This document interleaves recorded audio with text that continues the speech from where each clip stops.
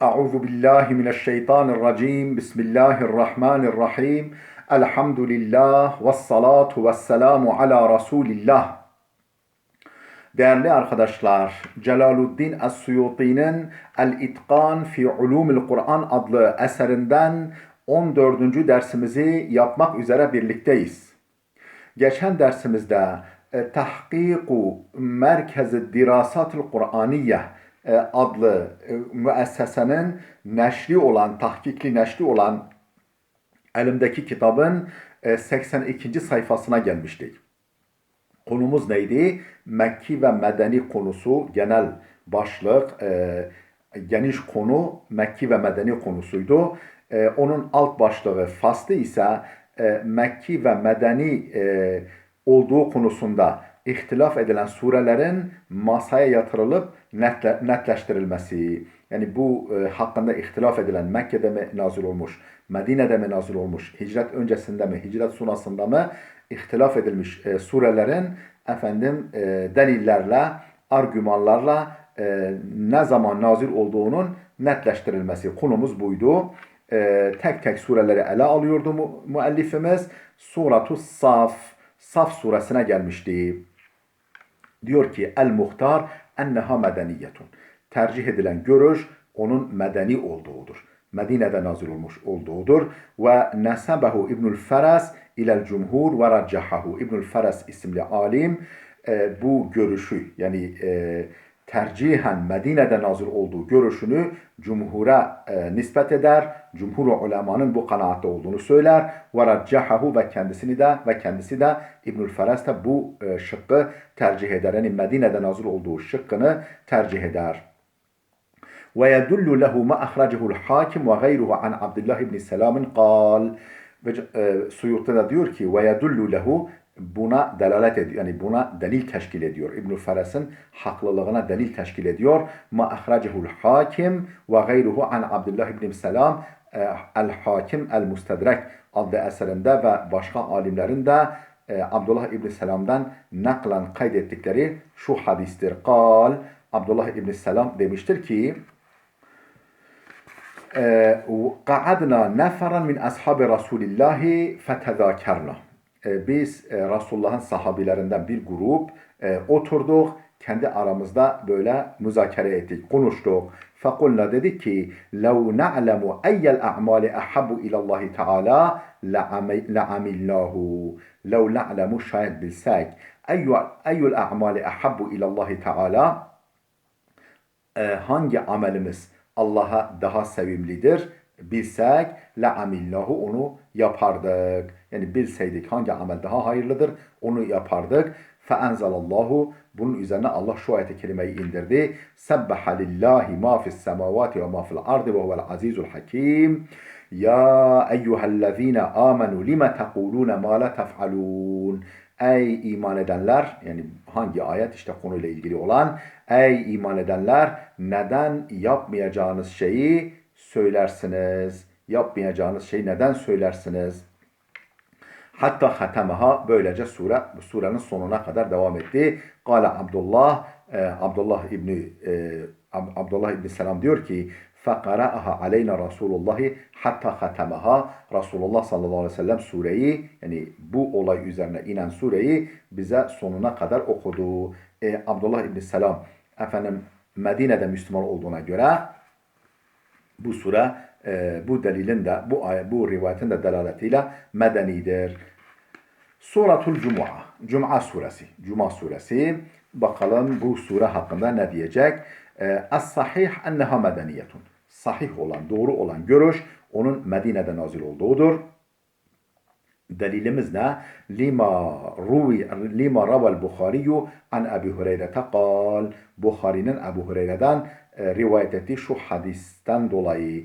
Kunna culusen anden nebiyyi sallallahu aleyhi ve selleme. Biz Resulullah sallallahu aleyhi ve sellemin yanında oturuyorduk. Fe unzilet aleyhi suratul Cuma. Cuma suresi ona nazil oldu. Ve aharine minhum lemma yelhaku bihim. Ve aharine minhum lemma yelhaku bihim. Üçüncü ayet. Kultu dedim ki menhum ya Resulallah, kimdir bunlar? ve aharine minhum lemma yelhaku bihim. Efendim onlardan başkaları da var ki henüz onlara katılmamışlar. Henüz onlara ulaşmamışlar. Dedim ya Resulullah onlar kimlerdir diye sordum. El hadis. Burada hadis sona erdi. Ve ma'lum enne İslam Ebu Hureyre'te ba'del hicreti bi müddetin. Malum olduğu üzere Ebu Hureyre'nin Müslüman oluşu hicretten bir süre sonradır. Yani hicretten bir müddet sonra olmuştur. Yani Medine döneminde olmuştur. Bu sure demek ki Cuma suresi de bu rivayete göre Medine'de nazil olmuş. Ve kavluhu kul ya eyyühellezine hadu hitabun lil yahud. Üstelik yani başka bir argüman, başka bir delil de şudur. Bu surede geçen ya eyyühellezine hadu ey Yahudiler Cuma suresi 6. ayet hitabun lil yahud. Yahudilere hitaptır. Ey Yahudiler Medine'deydiler. Ve kânû bil medîneti. Yahudiler Medine'deydiler. Ve âhiru sureti nezele fi infidâdihim hâlel hutbeti lemma kadimetil İru. Ve âhiru sureti surenin son ayeti ise, son kısmı ise nezele fi infidâdihim hâlel hutbeti. Efendim Peygamber aleyhisselam hutbedeyken insanlara hitap ederken efendim cemaatin, sahabilerin dağılması. Niçin? Lemma kadimet el-İru. Kervan, ticaret kervanı geldiğinde, ticaret kervanı o anda Medine'ye giriş yapmış. Herkes efendim bir an evvel bir şeyler satın almak için peygamberi bir an bırakmışlar ayakta hutbe okurken dağılmış gitmişler. Yani büyük çoğunluk yani çoğu kişiyi kema fil ahadith sahiha. Efendim sahih hadislerde bu şekilde gelmiş. فَثَبَتَ اَنَّهَا مَدَنِيَّةٌ كُلُّهَا. Dolayısıyla bakınız başıyla, ortasıyla, sonuyla ilgili bu rivayetler gösteriyor ki bu sure medenidir. Tümüyle medenidir. Çünkü efendim peygamber Cuma günü Medine'de ancak hutbe okumuş. Medine'de, Mekke'de Cuma namazı kılınmamış.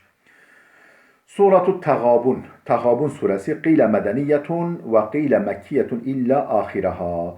Medeni olduğu da söylenmiş. Mekkidir. Hayır Mekkidir. Ancak son kısmı hariç olduğu da söylenmiş.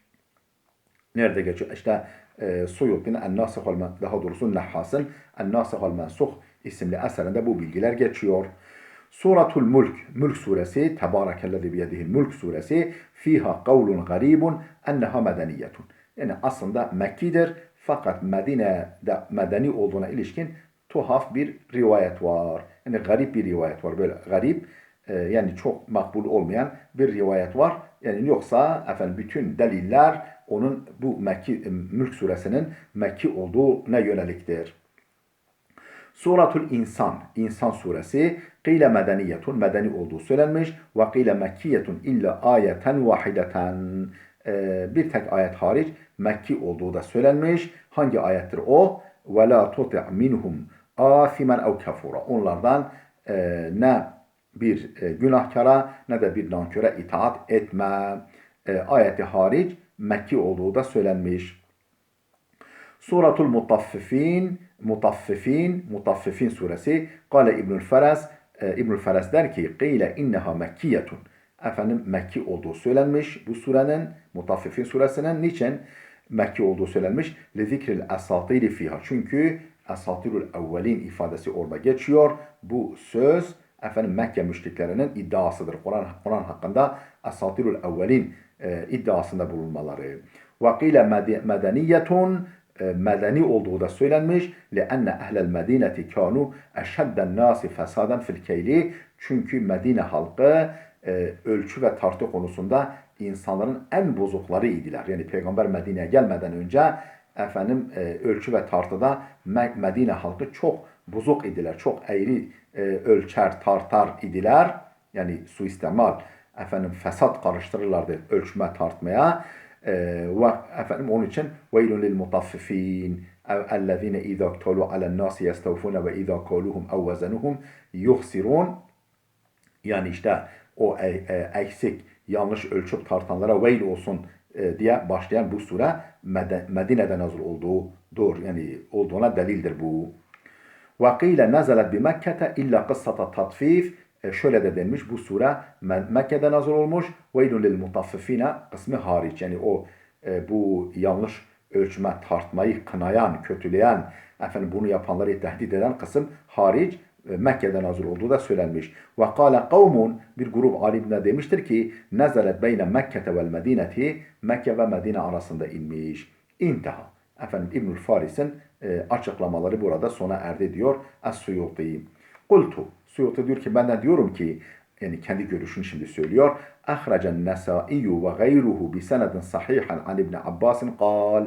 En-Nesai ve başka muhaddisler sahih bir senetle İbn Abbas'tan şöyle dediğini nakletmişler. Şöyle dediğini kaydetmişler.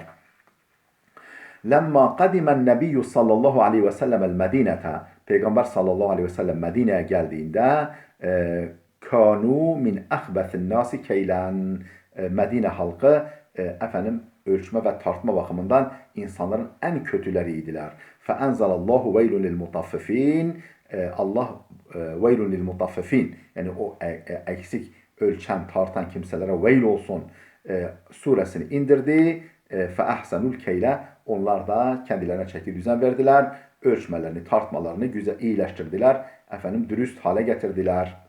Suratul A'la. El-A'la suresi Mekki mi, Medeni mi? Onu masaya yatırıyor Suyuti. El-Cumhur ala enneha Mekkiyetun. Cumhur ulema bu surenin Mekki olduğu görüşündedirler. Kale İbnül Feres, İbnül Feres demiştir ki وَقِيلَ اِنَّهَا مَدَنِيَّةٌ, bu surenin El-A'la suresinin medeni olduğu da söylenmiş. لِذِكْرِ salatil idi ve zekatil fıtri fiha. Çünkü bayram namazı ve fıtır sadakası yer almaktadır. Bu surede buna işarette bulunulmaktadır. Fıtır sadakası ve bayram namazı. Bu fıtır sadakası ve bayram namazı Medine'de söz konusu olduğuna göre bu sure medenidir deniyor. Kultu, ben de diyorum ki, şimdi bakalım Suyuti nasıl değerlendiriyor. Ve yerudduhu ma ahracehu Bukhari'yu anil Bera ibn Azib.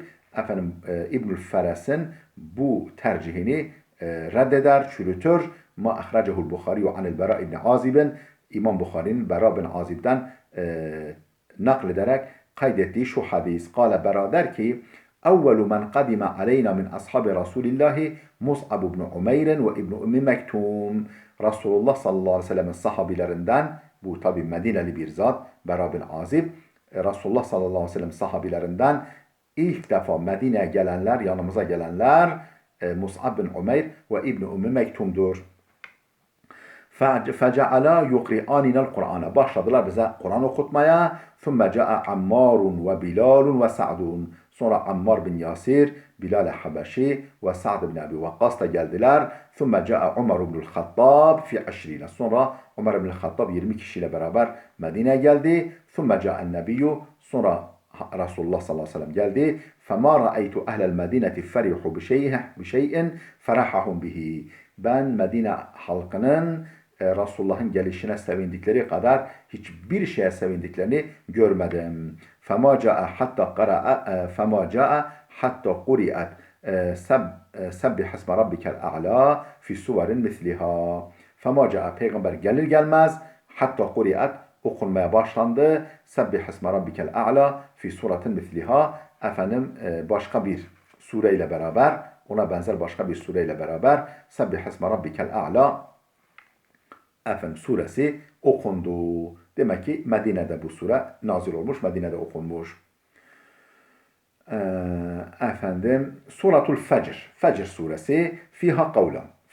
Fecr suresi konusunda iki görüş var. Hakahuma İbnül Feres, bu iki görüşü İbnül Feres aktarmış, nakletmiş. Kale Ebu Hayyan demiş ki, vel cumhuru enneha mekkiyetun. Cumhur ulema bu El-Fecr suresinin Mekki olduğu görüşündedir. Suratul Beled, Beled suresi, Haka İbnül Feres fiha eyda kavleyn. İbnül Feres Beled suresi hakkında da iki görüş nakletmektedir. Ve kavluhu ya eyyuha ve kavluhu bihazal beled, fakat yerudul kavle bi enneha medeniyetun ve kavluhu bihazal beled, Cenab-ı Hakk'ın la uqsimu bihazal beled, ben bu belde yemin ediyorum sözü yerudul kavle bi enneha medeniyetun, bu surenin medeni olduğunu çürütmektedir. Medeni olduğunu reddetmektedir. Çünkü efendim La uqsimu bihadel beled ve ente hillun bihadel beled. Yani Mekke'ye yemin ediliyor burada. Efendim bu şehir deniyor. Demek ki bu sure Mekke'de nazil olmuş. Bunu gösteriyor. Suratul Leyl. Leyl suresi el-eşher enneha mekkiyetun. En meşhur görüş bu Leyl suresinin ve Leyli idâ yakşâ ve nehâri idâ tecellâ bu surenin Mekki olduğu görüşü en meşhur görüştür. Ve kîle medeniyetun medeni olduğu da söylenmiş. Niçin? Lima verede fi sebebi nüzûliha min kıssatin nehleti efendim bu surenin nüzul sebebi konusunda bir hurma ağacı meselesi anlatılıyor, kıssası, hikayesi anlatılıyor. Bu surenin nüzul sebebi konusunda bu da Medine'de olmuş bu olay. Nüzul sebebine ilişkin anlatılan bu olay Medine'de olduğuna göre bu surede Medine'de olduğu söylenmiş. Kema ahrajnahu fi esbabın nüzul. Esbabın nüzul isimli kitabımızda kaydettiğimiz üzere. Ve qîle fîhâ mekkiyun ve bedeniyyun. Bu surede Mekki ve Medeni hem Mekki hem Medeni ayetlerin bulunduğu da söylenmiş. Bu hurma meselesi şöyle bir olay. Yani olay kısaca şöyle. Efendim bir zengin zat var Medine'de. Zengin birisi var. Bir de fakir komşusu var. O zengin kişinin hurması efendim dalları komşusunun avlusuna doğru uzanıyor. O fakir kimsenin çocukları zaman zaman hurma dökülüyor, yiyorlar. Efendim işte zor durumda kalıyor. Yani zaman zaman hemen geliyor hurma ağacına çıkıyor, o meyveleri toplayıp diğer tarafa atıyor ama gene de düşüyorlar. Çocukları yiyor. Bazen onların ağzından bile alıyor yemesinler diye ama efendim mani olamıyor derken bu zor durumunu Peygamber'e anlatıyor. Peygamber Aleyhisselam adama diyor ki bu hurmayı efendim bana sat yani o adama hediye edecek. Yani o adam yesin diyecek. Fakat adam diyor ki işte benim en sevdiğim meyvesini en sevdiğim hurma budur. Yani vermek istemiyor. Velhasıl yani başka birisi gidip işte 40 tane hurma ağacı verip onu satın alıyor, onu alıyor derken peygambere hediye ediyor. Peygamber de ona veriyor. Ama bunun çok zayıf bir rivayet olduğu kaydedilmekte. Bu haşiyede, dipnotta bu mesele uzun uzun anlatılmaktadır. Yani bu vakıyla işte içerisinde Mekki Medeni hem Mekki hem Medeni ayetlerin olduğu da söylenmiştir diyor Suyuti. Efendim bu sayfada da yine aynı olay anlatılıyor. Suratul Kadr. Kadir suresi İnne enzelnehu fi leyletil Kadr suresi. Fiha kavlan. Bu sureyle ilgili iki görüş var. Vel ekseru ala enneha mekkiyetun. Yani ulemanın ekseri büyük çoğunluğu hangi görüşte? Bu surenin Mekki olduğu görüşünde. Ve yustedellu li kevniha medeniyetun bima ahracehu Tirmiziyyu vel hakimu anil Hasan ibn Ali'in enne nebiye efendim medeni olduğuna delil olarak getirilir. Ve yustedellu delil olarak getirilir li kevniha medeniyetun. Mekki değil de medeni olduğuna da delil getirilir. Ne ile? Bima ahracehu Tirmiziyyu vel hakimu İmam Tirmizi ve hakimin kaydettikleri kimden naklen? Anil Hasan ibn Ali'in Hasan bin Ali yani Ali Efendimizin oğlu Hazreti Hasan'dan naklettikleri ki ennen nebiyye uriye beni Umeyyete ala minberihi fesa'ahu zâlike. Peygambere rüyada Beni Umeyye'nin onun minberine çıktıkları yani onun makamına daha sonra işte ona yani devlet başkanlığına getirilecekleri rüyada peygambere gösterildi. Fesa'ahu zâlike. Bu peygamber buna üzüldü. Fenezelet bunun üzerine şu sure indi. İnna a'taynakel kevsar. Kevser suresi indi. Ve nezelet inna enzelnehu fi leyletil kadr el hadise. Yani hem Kevser suresi hem de inna enzelnehu fi leyletil kadr suresi indi. Kâlel mizziyu ve hâza hadisun munkar. El-Mizzi isimli alim diyor ki bu hadis münker hadistir. Yani çok çok zayıftır.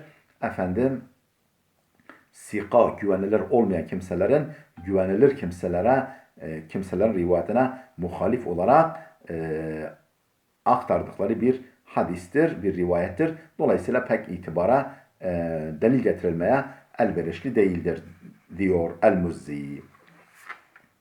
Suratu Lem Yekuni.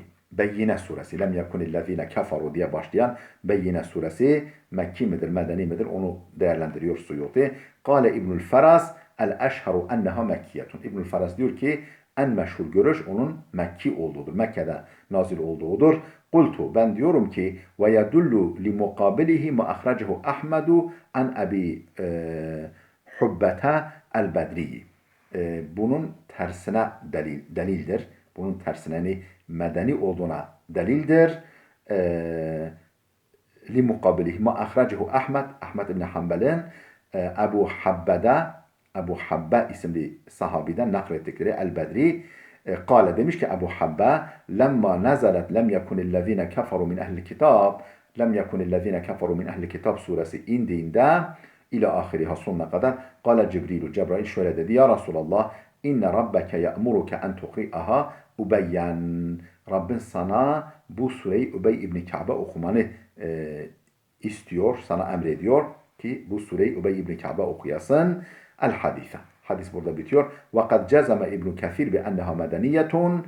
İbn Kesir de bu surenin medeni olduğu konusunda kesin bilgi vermekte, kesin kanaat belirtmektedir. Ve istedelle bihi ve bu hadisle de delil getirmek. Çünkü Ubey İbni Ka'b Medineli bir Müslümandır. Yani işte bu sure Cebrail bu sureyi indirdi ve Allah sana emrediyor ki bunu Ubey İbni Ka'b'a okuyasın. Çok büyük bir Kur'an alimi, kıraat alimi, büyük bir sahabi Ubey İbni Ka'b.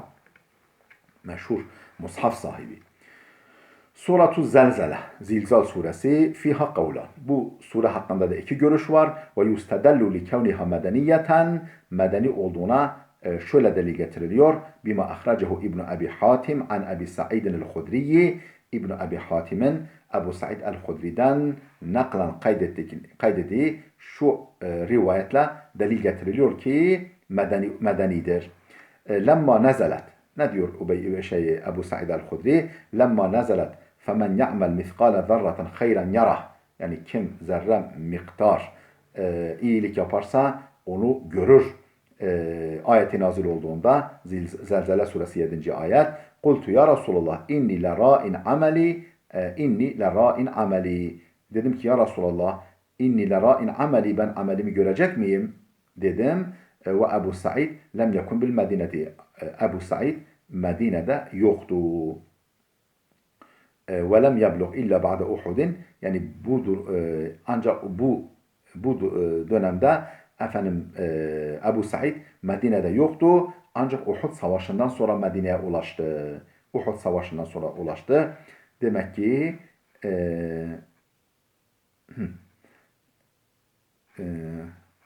ve yustedillu kevniha medeniyeten mimma ahracu ibn Hanbel. Lemma kultu ya Resul inni la ra'in amele ve Ebu Sa'id, yani demek ki bu rivayet doğru değil. Ebu Sa'id sonradan Müslüman oldu, Medine'ye geldi. O bu dönemde Medine'de yoktu. Suratul Adiyat. Adiyat suresi ve Adiyat-ı Dabhan suresi fiha kavlani. Bu konuda yine iki görüş var. Yani Mekki ve Medeni olduğu konusunda. Ve yustedellu li kevniha medeniyeten bima ahracehu'l hakim ve gayruhu an İbn Abbas. Medeni olduğuna ilişkin delil getiriliyor. Ne ile?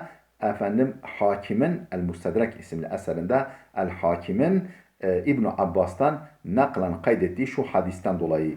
Kale İbn Abbas der ki ba'atha Resulullah haylen, Peygamber sallallahu aleyhi ve sellem bir miktar at, bir sürü at gönderdi bir yere. Felebithet şehran, bir ay bekledi. La ye'tihi minha haberun, haber gelmedi. Yani bir miktar at bir yere gönderdi fakat haber gelmedi o atlardan. Fenezelet, bunun üzerine bu sure indi. Vel adiyati dabhan el hadise. Yani bu sure indi diyor. Suratu El-Hakumu. El-Hakumu Tekâthuru suresi, Tekâthur suresi. El-Eşher enneha Mekkiyetun. En meşhur görüş Mekki olduğuna ilişkindir.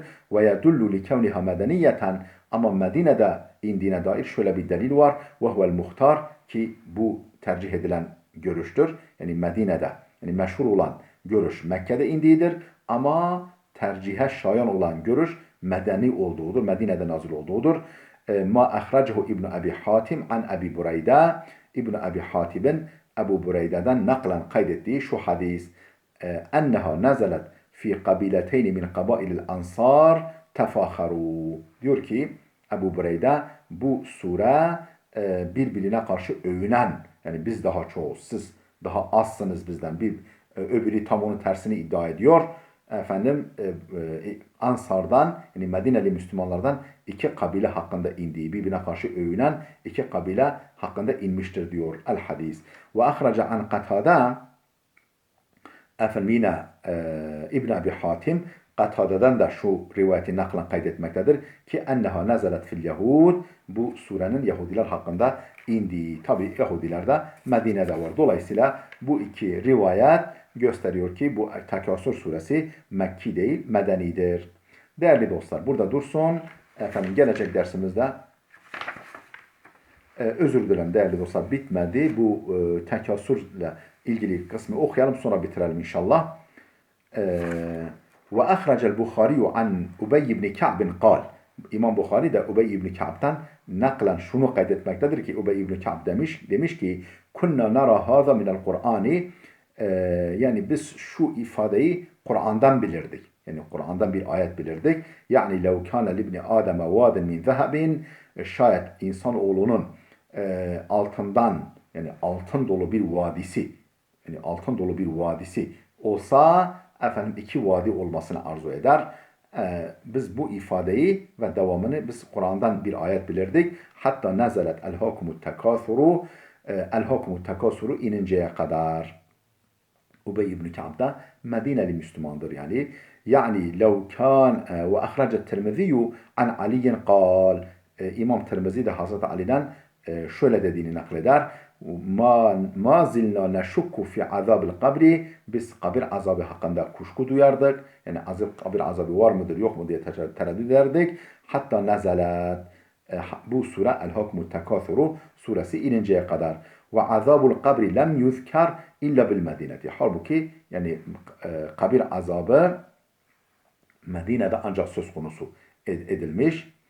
Kema fi sahih rivayetlerde yer aldığı üzere fi kıssatil Yahudiyeti, Yahudi bir kadın, yani Yahudi bir kadının kabri başında peygamber durmuş, işte onun kabir azabı çektiğini söylemiş. Yani bu kabir azabı meselesi ancak Medine'de söz konusu edilmiştir. Değerli dostlar, burada dursun. Gelecek dersimize kadar Allah'a emanet olun.